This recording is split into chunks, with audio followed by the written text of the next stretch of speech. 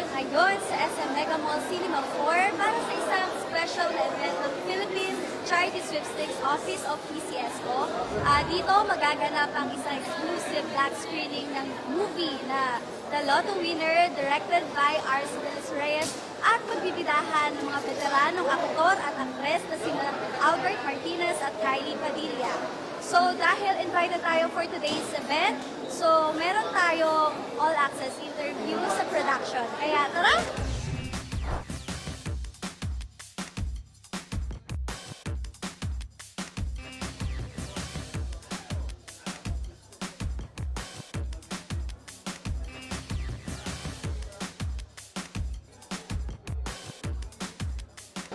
Hi guys! So kasama natin ngayon si Direk Arceles Reyes dito sa ating black screening ng The Lotto Winner. So, I have a question lang po sir.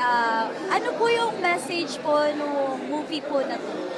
Well, more than the Lotto, it's about forgiveness, and it's about the importance of the family. Ano naman po yung naging inspiration po sa tingin niyo po ng The Lotto Winner? When we were dina-develop namin ito, syempre, ang pinaka-nag-inspiration dito yung mga kababayan natin, mga Pilipino din na araw-araw na tumataya ng loto at nangangarap na somehow mabago yung buhay nila. And from there, gumawa kami ng kwento na our producer, si Mavex, thought of a story na gumawa ng kwento inspired of that. Inspired of that scenario na maraming Pilipino ang umaasa na mabago yung buhay nila sa pamamagitan ng loto. So during po ng paggawa niyo po ng movie na to, ano po yung tingin niyo po na memorable po na challenge niyo habang ginagawa po yung The Lotto Winner? Syempre, ang sa mga memorable was when we were shooting the heavy scenes sa Canberra. Kasi syempre, the emotional scenes, we wanted na hindi siya over the top. May mga gusto kaming timpla in terms of emotions, in terms of the crime. So yun. Ako po si Arceles Reyes, director ng Lotto Winner under Mavex Productions. At inimbitahan ko po kayo manood, now showing in cinemas nationwide.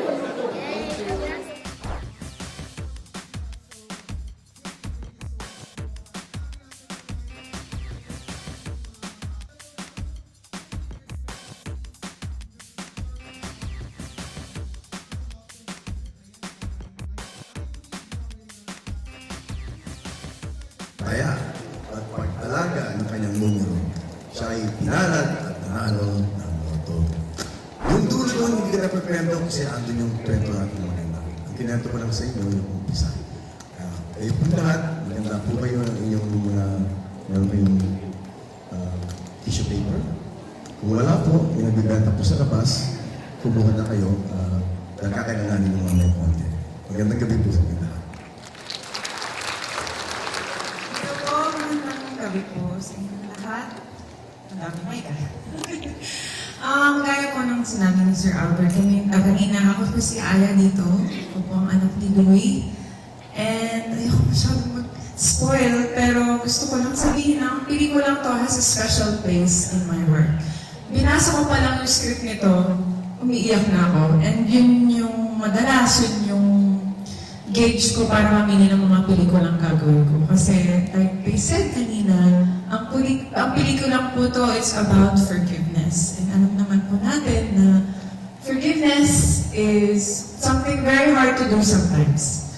Pero ang masasabi ko lang po, sana, after you watch our film, na magkaroon kayo ng courage to forgive whoever who hurt you or forgive yourself.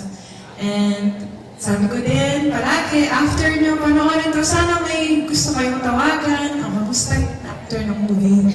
Kasi it's that type of movie na hindi ka, the same person when you leave the cinema. And yun yung experience na gusto namin iparamdam sa inyo. Yun nga, sana nagdala kayo ng tissue or towel. Kasi nakakaiyak po talaga siya. But sana masarap na iyak po ang maranasan niya. Ayan, thank you. Ang isang mabuhay ang pelikulang Pilipino po. Importante pong malaman na ito pong pelikulang ito ay hindi mo pwedeng ilagay sa ibang kultura. Ito po yung pelikulang Pilipino. Doon po sa trailer, yung pong yung bed sleep, binamarkahan niya. Ayun po, palagi ko Pilipino lang po ang gagawa nun na dadalhin sa puntod yun at pakibulong na lang. Ngayon tayo sa bulong eh. So ito, kahit anong binubulong natin. Pero nakakatuwa po sapagkat meron pong isang pelikulang nagsasalamin ng tunay na ugali at magandang ugali. Minsan hindi kagandahan. Pero ang importante po, nagsasalamin siya ng kabutihan ng Pilipino na in the end, mananaig po ang kabutihan at pagmamahal. Yung pa ang napakaganda rito, nagpapasalamat po kami, tangan na lang po at ito na lang po ang magagawa namin na participation. Pero makatitiyak po kayo na ipagsasabi po namin ito, ipagmamalaki namin ang gawang Pilipino at nakakatuwa dahil sigurado po ako, marami po kaming nanalo na makakapag-relate po dito. So please sit back, relax, enjoy, at mamaya po pasalamatan din natin lahat po ng meron pong mga responsables sa paggawa ng pelikulang ito. Again, maraming pong salamat and sit back and enjoy.